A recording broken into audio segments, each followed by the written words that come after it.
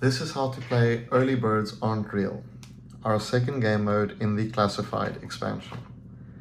In this mode, one of our players is a secret robot trying to find some hidden documents, and the rest of the players are just normal birds trying to stop them. The main addition in this mode is these new roll cards, which are dealt to each player to start. Ensure that at least one of the cards dealt is the robot, while the others are just normal bird cards. These will also show you how you're supposed to win the game. So the robot player is looking for 2 documents, while the other players that are just birds are still trying to eat 3 worms or collect a balanced meal, 1 of each food type in hand. The document cards the robot is looking for just looks like a normal card from the back. On the front, you'll see the document icon and a reminder that the robot only needs 2 to win. These cards can be discarded by any player to look at someone else's roll card secretly, but when you do that, you have to return this card to the top of the deck, so it stays in circulation. Players aren't allowed to show their roll cards to other players unless they use the documents, but you are allowed to lie about it. In fact, it's encouraged. The other part of this game that was added in the expansion is the 2 new tiles, the worm and the cat. Add these to a pool of at least 1 nope per player. So in this case we have 4 players, so we have 4 nope tiles. And then we add our cat and our worm and shuffle this. This will be our tile pool for the game. And unlike the base game where we line the tiles up, here we just stack them and keep them nearby. Also add the 3 document cards into your deck and shuffle it after also removing all of the event cards, because we won't be using those. Those are all the cards with the exclamation marks or the red. Importantly, there was an error on our rules card. There's only 3 document cards, not 1 per player, and this helped us save some paper, but we have tweaked the design a bit to account for it. Now, on to how to play. We'll choose a starting player, in this case pink, so we give them this token, and then they start the round by drawing a tile and a card. The pink player then looks at the cards and tile they drew secretly, and they see that it's the cat, and if I can pick it up, the strawberry.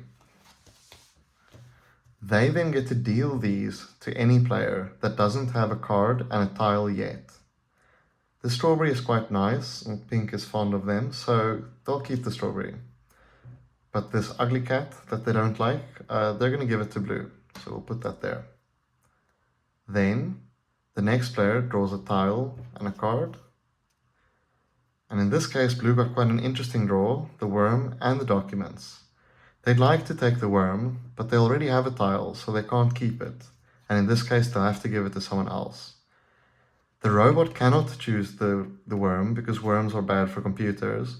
So if they give this to someone else, they'll have to choose their card, if they're the robot. The document will help the robot win, or it could make another player look suspicious if they take it. So they'd rather not give both of these to the same player because they'd be finding out the same information if it's a robot. They'll obviously take the card. So let's split it up. We'll give green the worm, and we'll give purple the document. Then the next player, green, draws a tile and a card again, and they deal it to whoever doesn't have any. In this case, the nope isn't very useful and they already have a tile, so let's just give that to pink. And the only 2 players without cards is blue and green. Green would prefer to find a document because they're secretly a robot, so let's give blue this card. Purple is the last to draw. Whatever card they get has to go to green because they don't have a card yet. Ooh, the bagel's quite nice. I'll put that here. And then the tile, the last one drawn, just goes to them because they didn't have one yet. Now that everyone has dealt tiles and cards, we can reveal them and choose one. It's very important that you only show one of the 2 options you were dealt, because this helps hide some information. The pink player starts by looking at the tile and the card they received. They don't want the nope tile, so they'll just keep the strawberry by revealing it and adding it to their hand. The tile is just returned to the pool face down, so no one is quite sure what this ever was. The blue player chooses between the gummy worms and the cat secretly, but the cat cannot be chosen by anyone because it's a bit hungry and looks angry. So yeah, this one they'll need to put face down back to the pile. But in this case, it's not too bad. They end up with the gummy worm, which they also like. The green robot player has to choose between the bagel and the worm, but they can't reveal the worm because they're a robot. Oh no, someone's going to find out. So they have to take the bagel card. In this case, it's not super obvious that they're a robot because the bagel card's quite nice and a bird might also go for it. But the player that gave them this worm will know that they didn't take it. So that's a bit suspicious. Anyway, we reveal the bagel and this card goes back face down and secretly to the pool. The purple player reveals, they have to choose between nothing or a document. Taking the document looks a bit suspicious because then they're one away from winning, but it's better than nothing. So this returns here and they'll reveal their card.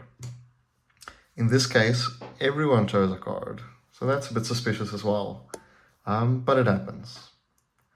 Importantly, purple could use this card on their next turn when dealing cards to look at someone's roll, and then once they've done that, they have to return this card to the top of the deck. So from now on, we'll always have a document in play.